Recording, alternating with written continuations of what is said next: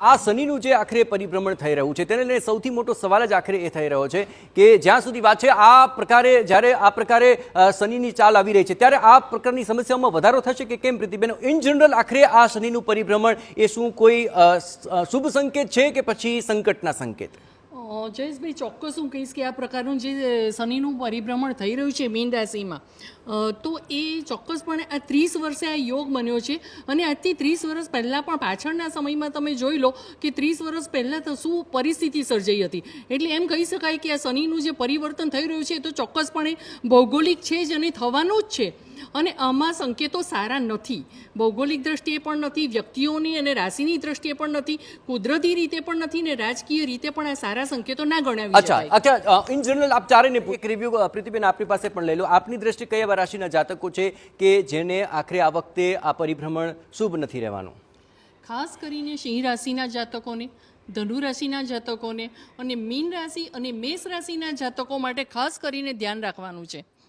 અને મેષ રાશિના જાતકોને તો વધારે ખાસ ધ્યાન રાખવાનું છે, કારણ કે મેષ રાશિના જાતકોમાં જે શનિની 7.5ની જે પહેલો તબક્કો આવી રહ્યો છે, જે શનિના 3 તબક્કા હોય છે, માથાના પાયે, ધડના પાયે અને પગના પાયે, એમ કરીને 7.5 અઢી વર્ષના 3 પાયા હોય છે.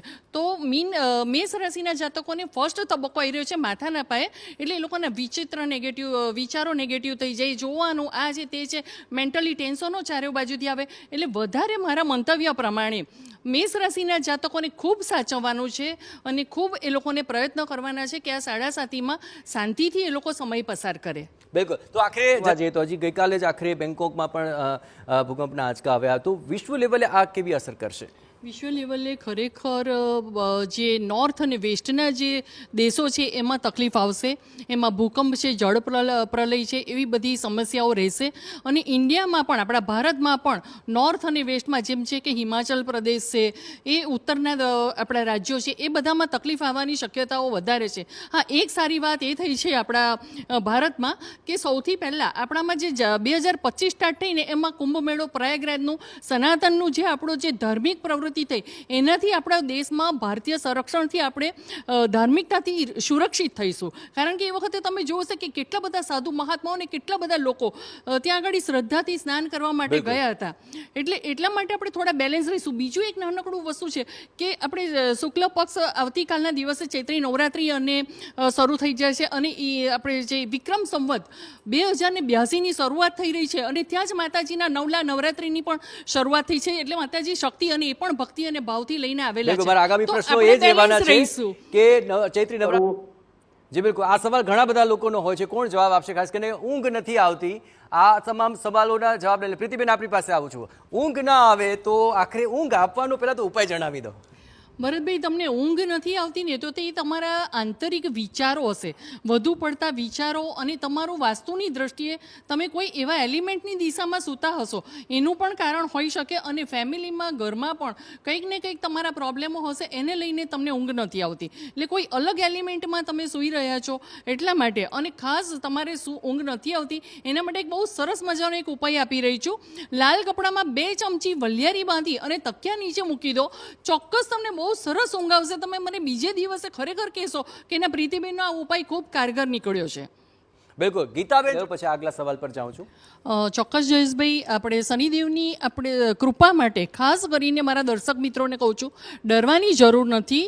અને શનિદેવને ખાસ દરેક વ્યક્તિ, એવું નથી, શનિદેવના જે 7.5 છે, દૈયા છે, એ 12 રાશિમાંથી 5 રાશિને તો હંમેશા લાગેલી જ હોય છે અને દરેકને દ્રષ્ટિ અદ્રષ્ટિ બધું લાગતું જ હોય છે. પરંતુ આના માટેનો દરેક વ્યક્તિએ કરવા જેવો એક નાનકડો ઉપાય છે કે થોડુંક દહીં લેવું અને દહીંમાં 5 આંગળીઓ બોળી અને પછી એ દહીંને તમે કાગડાને ખવડાવો કાં તો કૂતરાને ખવડાવો. એનાથી કાગડા પણ ખુશ થશે, જે શનિદેવનું વાહન છે, અને કૂતરા એ અતિશય શનિદેવને પ્રિય છે, તો એમને ખવડાવશે તો શનિદેવ ખરેખર આપણી પર ખુશ થશે અને આપણા જે કર્મ બંધનો છે એમાં આપણને રાહત આપશે. બિલકુલ, તો રાહત મળશે. પરંતુ રાહત, પ્રીતિબેન આપ જવાબ આપો, શું કહેશો? હા સતીશભાઈ, તમારું નામ તમારી જન્મ રાશિ ચંદ્ર રાશિ પરથી જો હશે તો ચોક્કસ તમે જે એક્ઝામ આપી છે એમાં તમે સફળતા મેળવશો. બીજા પણ ગ્રહો તમારી પર દ્રષ્ટ હશે, સારી દ્રષ્ટિ કરતા હશે, જેમ કે ચંદ્ર અને શનિ, અને સાથે સાથે મંગળ પણ જો તમારી જન્મકુંડળીની અંદર સારી દશામાં હશે, સારી પરિસ્થિતિમાં હશે ને ગોચર કરતા હશે તો ચોક્કસપણે તમે એક્ઝામમાં પાસ થશો અને આગળ પોલીસ કોન્સ્ટેબલમાં તમે ચોક્કસ જશો. કારણ કે કુંભ રાશિવાળાઓ માટે આ સમય ખૂબ જ સારો આવી રહ્યો છે 7.5નો છેલ્લો તબક્કો છે, છતાં પણ કુંભ રાશિવાળા માટે આ તબક્કો તમને દોડાવશે, કારણ કે તમે એટલા બધા પરિપક્વ થઈ ચૂક્યા છો આ 5 વર્ષની અંદર. તો આ 7.5ની અંદર છેલ્લો તબક્કો છે એ તમને જતાં જતાં પણ કંઈક ફાયદો કરાવીને જશે. બિલકુલ. ની અંદર આખરે સૌથી મોટો ઉપાય શું કરવો? સૌથી મોટો ઉપાય એ છે, દરેક લગભગ વ્યક્તિઓ જાણતા હોય છે કે શનિ મહારાજને આપણે કેવી રીતે પ્રસન્ન કરવા. તો બધા જ કહે છે કે સરસિયાનું તેલ લેવું, શનિ મહારાજની ઉપર ચડાવવું અને કાળા અડદ છે એને ચડાવવા અને એમની કૃપા પ્રાપ્ત કરવી, કાળા કપડો વસ્ત્ર એમને અર્પણ કરવા. પરંતુ એ જે બધા જ જાણતા હોય છે એ ઉપાયની અંદર તો એ લોકો કેવી રીતે ચડાવતા હોય છે કે ડાયરેક્ટ આપણે દુકાનમાં ગયા, ત્યાં આગળથી કોથળી લીધી, કોથળીથી ડાયરેક્ટ શનિદેવની મૂર્તિ કે જે પણ કંઈક છે શીલા એની ઉપર આપણે તેલ ચડાવી દીધું. પ્લાસ્ટિકની જે બોટલ છે એનાથી આપણે તેલ ચડાવી દીધું. એનાથી ઉપરથી શનિદેવ આપણી ઉપર કૃપાયમાન થાય છે, એ આપણને ફળ નથી આપતા. ટૂંકમાં એ આપણે સ્ટીલની નાની કોઈ પણ વાસણમાં કાં તો લોખંડના વાસણમાં લઈ અને પછી એમને અર્પણ કરીશું તો જ આપણી ઉપર રાજી રહેશે. બિલકુલ. તો આ તમામ